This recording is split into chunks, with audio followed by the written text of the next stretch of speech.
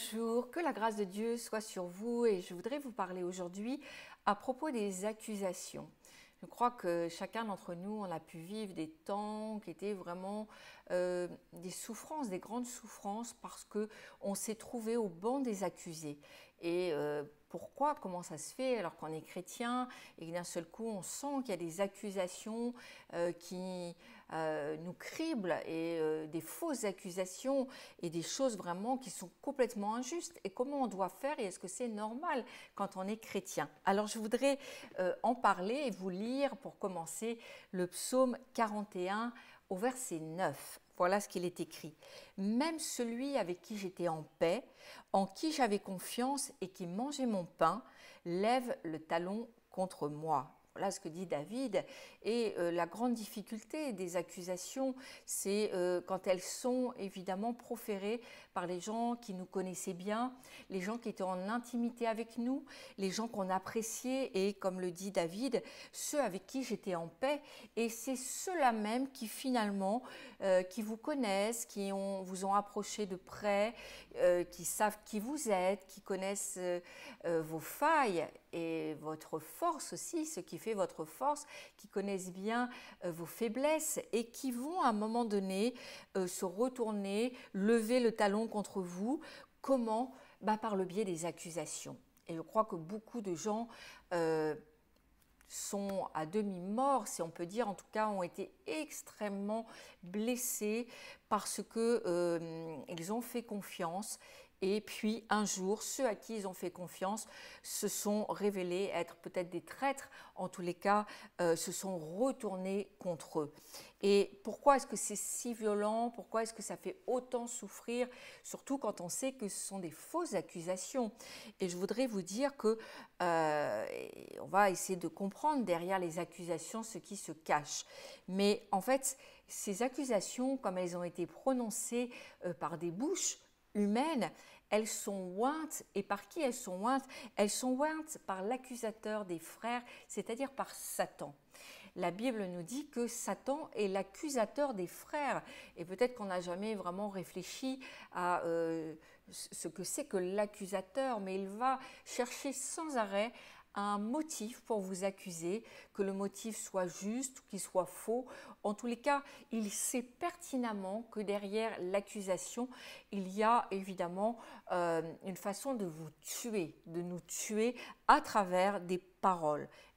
Satan étant l'accusateur des frères, il va utiliser les paroles pour nous blesser, pour nous détruire, pour nous démolir, pour nous déstabiliser, pour nous faire chuter, pour nous faire perdre confiance en nous.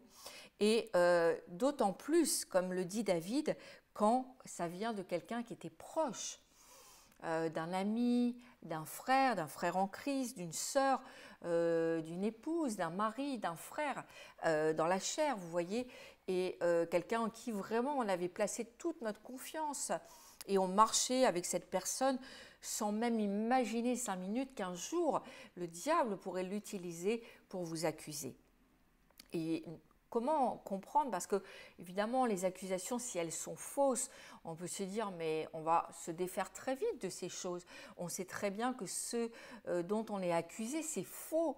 Alors pourquoi est-ce que ça a un tel pouvoir de destruction?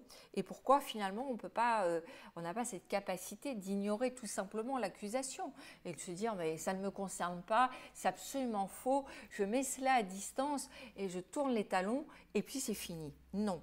Parce que les accusations ont cela de particulier, c'est qu'elles vont porter la marque de l'enfer. Puisque Satan étant l'accusateur des frères, l'accusation est quelque chose qui va porter la marque de l'enfer. Je crois qu'il faut nous rappeler de cela.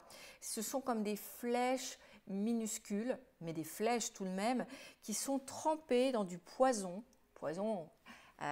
peut-être spirituelles du reste, mais qui sont trempées et qui, quand elles sont lancées contre nous, ces flèches vont pénétrer notre corps. Elles ont cette capacité de pénétrer en premier notre cœur. Et la Bible nous dit qu'effectivement, il faut garder notre cœur plus que toute autre chose. de façon à ce que ça ne pénètre pas le cœur. Parce qu'à partir du moment où ça pénètre votre cœur, ça va gagner évidemment du terrain dans votre corps, etc. Et ça va gangréner, je dirais, ça va envahir votre être tout entier. Et ces petites flèches minuscules qui sont comme ça envoyées contre vous, chargées d'un poison qui vient directement de l'enfer, elles attaquent votre organe vital par excellence, c'est-à-dire votre cœur. Et effectivement, il peut être étonnant de voir qu'une petite flèche, et puis peut-être d'autres petites flèches qui vont suivre, ont cette capacité de vous anéantir totalement et voire de vous tuer. Et puis, vous savez, je voudrais vous dire que peut-être que vous vous dites, bon, voilà, nous, on a une foi, une petite foi, donc c'est un peu normal si on est accusé.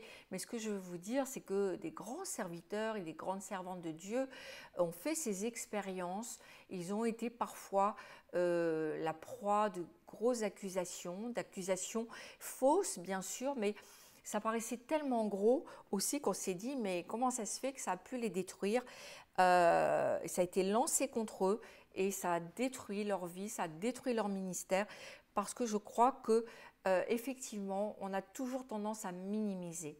Quand quelqu'un est accusé, ne minimisez jamais l'offense, parce que je crois qu'on ne peut pas réaliser à quel point on peut être blessé à travers une accusation. Et puis, la taille de la flèche ne va pas forcément... ça peut être une petite flèche qui a effectivement un très grand pouvoir de destruction, et parfois des plus grandes flèches ont moins de pouvoir de destruction. En tout cas, elle a toujours cette capacité de répandre un poison mortel qui est l'amertume. Et ça va gangréner le cœur, l'amertume va gangréner le cœur jusqu'à peut-être amener la haine et vous détruire complètement. Et je crois que le diable, et il faut comprendre que le diable va toujours chercher à actionner cette arme, cette flèche qui est la fausse accusation. Et dans le ministère, j'ai vu prier par rapport à ce que j'appelle des dossiers d'accusation vides. Mais vous voyez, évidemment, le diable est très juridique et il vient et il amène ces dossiers d'accusation spirituelle et il semble brandir des tas de dossiers parce que vous entendez les gens qui parlent et qui brandissent des accusations contre vous et peut-être que vous cherchez à vous défendre. Et puis, plus vous cherchez à vous défendre, et plus, évidemment, pire c'est. Parce qu'effectivement, pour répondre à quelque chose de spirituel, il faut utiliser des armes spirituelles. Et parfois, le fait d'aller se justifier ne fera que amplifier le problème. Et la Bible nous donne une arme contre les accusations du diable, contre les accusations aussi des frères qui sont utilisées parfois par le diable et je voudrais pouvoir vous dire le contraire, mais parfois le diable passe par les gens qui sont faibles, y compris les chrétiens qui peuvent se saisir comme ça des accusations pour vous nuire. Et ils ont toutes sortes évidemment de motivations. Ça peut être la jalousie, ça peut être... parce qu'ils croient sincèrement, effectivement, que vous êtes concerné par l'accusation. Donc, il y a toutes sortes de motivations qui sont, bien sûr, qui ne sont pas justes devant Dieu, mais ils vont donc utiliser cette arme. Notre arme, je vous le dis pour répondre, et si c'est votre cas, si vous êtes en train d'être accusé à tort, et que vous avez l'impression que les choses sont en train de monter comme un soufflet, il faut que vous fassiez confiance au Seigneur parce que tout soufflet finira toujours par redescendre. Prenez courage, ne permettez pas que cette flèche puisse être une flèche décochée dans votre cœur d'amertume ni de haine. Mais prenez cette arme de la prière. Je crois que les accusations, bien sûr, sont des puissantes armes de destruction, mais nous avons pour lutter la prière qui est l'une des façons de combattre. Ne cherchez pas forcément à vous justifier, à moins que ce soit nécessaire. Parfois, on est amené à se justifier devant les tribunaux humains.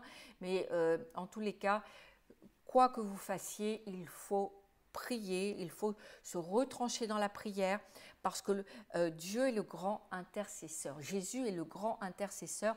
Il s'est présenté comme l'intercesseur des frères. Le diable se présente comme l'accusateur des frères Et Christ, Jésus-Christ, s'est présenté comme l'intercesseur des frères.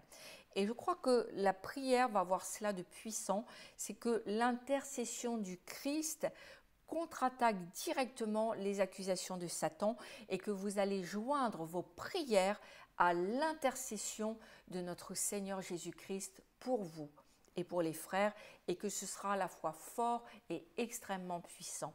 Ne regardez pas les choses humainement.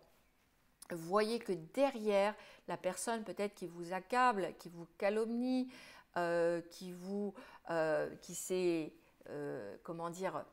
s'est mis contre vous alors que vous l'aviez peut-être béni jusqu'à maintenant, ou peut-être que vous aviez mangé avec elle, vous lui aviez ouvert votre maison, vous l'aviez considéré comme un fils, une fille, que sais-je, un ami. Considérez que le diable est l'accusateur des frères et que c'est lui qui se saisit comme ça, qui cherche à passer par des gens pour vous cribler. Mais le Seigneur s'est présenté, il sait pourquoi, comme le grand intercesseur aussi des frères et sœurs, et nous devons régler le problème dans la prière. Plus j'avance dans le ministère, plus je me rends compte que la prière est une arme extrêmement puissante. Je crois que ce n'est pas un hasard si le Seigneur nous demande dans cette fin des temps de prier sans cesse, parce que le diable revendique tout ce qu'il peut. Il est un peu dans tous les dossiers et s'il peut, il fait feu de tout bois à l'heure actuelle dans cette fin des temps. Et je crois que tout ce que nous devons faire, tout ce que nous projetons de faire, nos journées, mais bien au-delà, nous devons vraiment prioriser la prière, parce que énormément de choses se règlent dans la prière. J'en ai fait l'expérience, j'en fais tout le temps l'expérience, et bien souvent ça ne sert à rien d'user de la salive, ça ne sert à rien de se mortifier, ça ne sert à rien d'en vouloir aux gens ou d'être dans la haine ou dans l'amertume comme je l'ai dit, mais nous devons régler avec une arme extrêmement puissante et spirituelle, la prière, qui, jointe à l'intercession de notre Seigneur Jésus-Christ, sera parfaitement efficace. Voilà, je voudrais juste terminer par la prière, et si vous voulez prier avec moi, vous pouvez mettre une main sur votre cœur, tendre la main. Seigneur, je viens devant ton trône, et nous venons ensemble devant ton trône t'apporter les accusations dirigées contre nous, et au nom de Jésus-Christ, nous brisons toutes les flèches qui ont pénétré nos cœurs, toutes ces flèches qui sont remplies d'un poison mortel, toutes ces flèches qui sont remplies de fiel et qui nous viennent directement de l'enfer. Nous les brisons au nom puissant de Jésus-Christ. Nous venons ôter toute amertume de nos cœurs en cet instant, parce que nous comprenons que ce n'est pas un homme ou une femme qui nous ont blessés, mais c'est Satan lui-même qui est l'accusateur des frères. Aide-nous à prier sans cesse, aide-nous à régler les problèmes spirituels dans la prière, beaucoup plus souvent que nous le faisons aujourd'hui, au nom de Jésus-Christ. Amen. Voilà, je vous invite à revoir cet enseignement, à refaire cette prière, à également partager et à nous laisser des commentaires sur le YouTube. À très bientôt, soyez bénis.